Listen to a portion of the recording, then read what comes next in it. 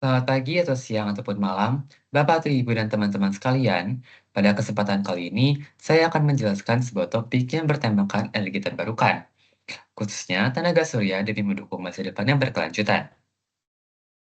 Tak kenal maka tak sayang, maka sebelum masuk lebih dalam, izinkan saya memperkenalkan diri. Saya Kiana Daniel Axel dari Prodi Teknik Fisika dengan NIM 133240046. Hari ini saya akan mempresentasikan hasil kajian yang telah saya buat yang berjudul Implementasi energi terbarukan melalui pemanfaatan panel surya dan sistem penyimpanan energi untuk mendukung ketahanan energi bersih di ITB Jatinangor. Sebelumnya, puji syukur kepada Tuhan Yang Maha Esa atas terselesaikannya makalah dan presentasi ini. Nah, agar tergambar, ada beberapa keywords yang menjadi poin utama dalam presentasi kali ini, seperti energi terbarukan, panel surya, penyimpanan energi, dan kampus hijau. Jadi, pada isi presentasi kali ini, saya akan membahas 4 bab, yaitu ada pendahuluan, teori dasar, analisis implementasi, dan simpulan dan saran. Masuk ke dalam bab 1, yaitu pendahuluan.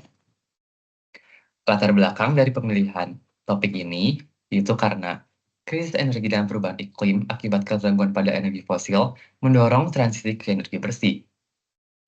Meskipun begitu, Indonesia memiliki potensi besar pada energi surya. Bangunan menyumbang 37% konsumsi energi global. ITB Jatinangor mulai mengadopsi panel surya dan sistem penyimpanan energi untuk efisiensi dan edukasi. Untuk rumusan masalahnya, kami ada 3 poin utama, yaitu bagaimana sistem penyimpanan energi berperan dalam mendukung efisiensi, yang kedua, bagaimana penerapan penggunaan energi terbarukan di lingkungan kampus, dan yang ketiga, apa pentingnya penggunaan energi terbarukan untuk keberlanjutan lingkungan hidup. Untuk ruang lingkup kajiannya, kita juga mengambil 3 poin utama, yaitu yang pertama, sistem penyimpanan energi, yang kedua, penerapan di ITB Jatinangor, dan yang ketiga, dampak lingkungan.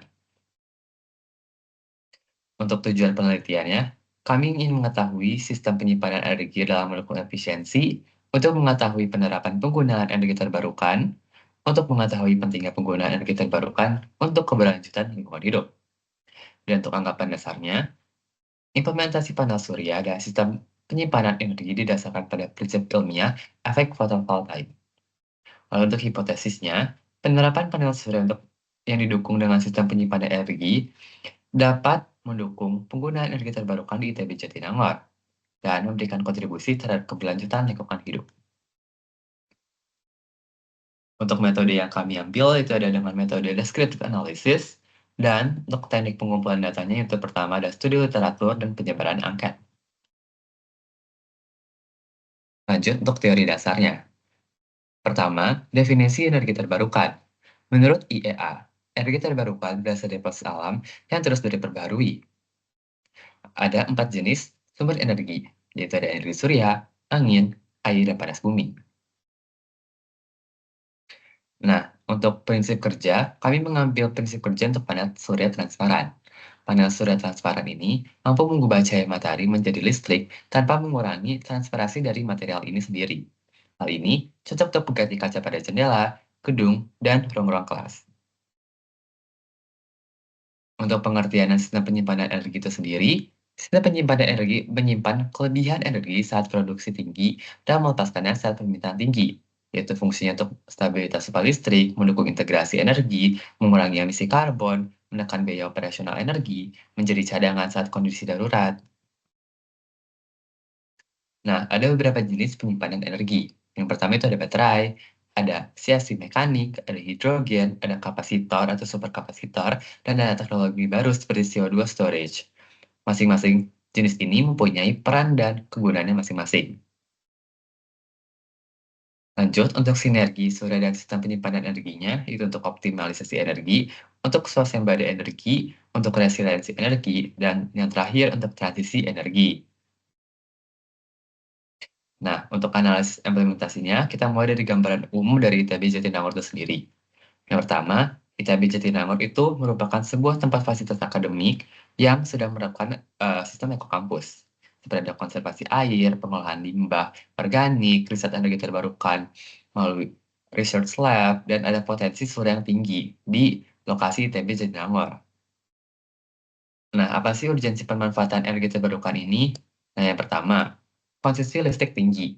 Baru 2,6% dari kebutuhan listrik ITB dipenuhi oleh panel surya. Lalu, ada potensi tinggi di ITB itu sendiri, yaitu intensitas radiasi matahari yang mendukung instalasi panel surya. Dan ada dukungan kebijakan yang selaras dengan SDGs dan target nasional Net Zero Emission 2060. Nah, potensi energi surya di Jatinangor. Yang pertama, radiasinya itu sekitar 4,2 sampai 4,8 kWh per M kubik per harinya. Untuk panel surya transparan, efisiensinya itu kurang lebih 10% dengan PR 0,75 dengan output itu kurang lebih 0,34 kWh per M kubik per harinya. Hal ini cukup ideal untuk jenis panel lainnya. Lalu, untuk komponen panel surya transparan, yaitu terdiri dari substrat transparan seperti kaca atau PET, lapisan fotovoltaik, lapisan konduktif transparan, lapisan anti refleksi, dan rangka dan integrasi sistem. Lanjut, ada skema implementasi sistem panel surya dan penyimpanan energi. Jenis panel yang kami gunakan yaitu yang sebelumnya itu semi-transparan dengan transparansi sekitar 30-80%. Lokasinya pemasangan yang kami lokasikan di Gikau 1, di sisi utara timur yang memiliki tingkat cahaya matahari yang paling tinggi, yaitu untuk output energinya pada sisi utara akan muncul 0,31 sampai 0,34 kWh per M kuadrat, untuk sisi timur 0,28 sampai 0,31, dan ditotalkan per harinya itu kurang lebih 59 sampai 64 kWh, dan total per tahunnya itu 21 sampai 23,4 megawatt hour. Manfaat tambahan dari pengimplementasian ini itu untuk adanya cahaya alami, adanya efisiensi pendinginan, dan yang terakhir untuk estetika gedung. Nah, apa sih dampak terhadap ketahanan energi itu sendiri? Zona energi otonom. Kampus tetap beroperasi meskipun PLN terganggu. Penggunaan beban puncak. Stabilisasi biaya dan beban siang hari. Keberlanjutan laboratorium. Jaminan listrik stabil untuk alat sensitif. Apa sih kendala dari implementasi ini? Yang pertama itu cuaca dapat menjadi mendung, dan yang terutama biaya yang tinggi. Dan yang terakhir, integrasi sistem, penyesuaian teknis ke jaringan kampus, inverter, proteksi, dan sebagainya. Nah, untuk analisis kelayakannya sendiri, penerapan panel surya semi transparan dan penyimpanan energi termal di GKU 1 ITB Jatinangor itu dinilai layak dan berpotensi berkelanjutan. Sistem ini memungkinkan pemanfaatan energi matahari siang dan malam, menurunkan konsumsi listrik konvensional, emisi karbon, serta biaya operasional.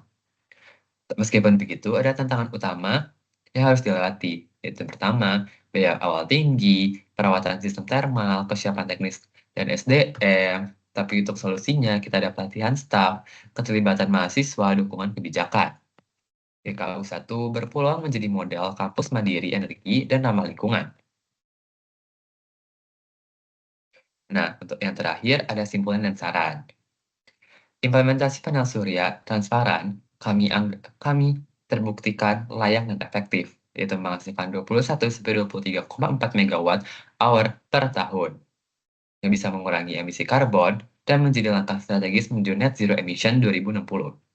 Kami ada beberapa saran untuk yang bisa diberikan kepada kampus ITB Jatinangor itu untuk melakukan alokasi anggaran, pelatihan teknisi, dan kolaborasi eksternal. Untuk mahasiswa atau pengguna, aktif menjaga fasilitas dan mendukung energi bersih. Untuk meneliti selanjutnya, kaji efisiensi energi teknis ekonomi dan replika sistem sesuai karakter geografis lokal. Demikian presentasi dari saya. Semoga bermanfaat dan bisa menjadi inspirasi dalam mendorong transisi energi bersih di lingkungan kampus maupun masyarakat.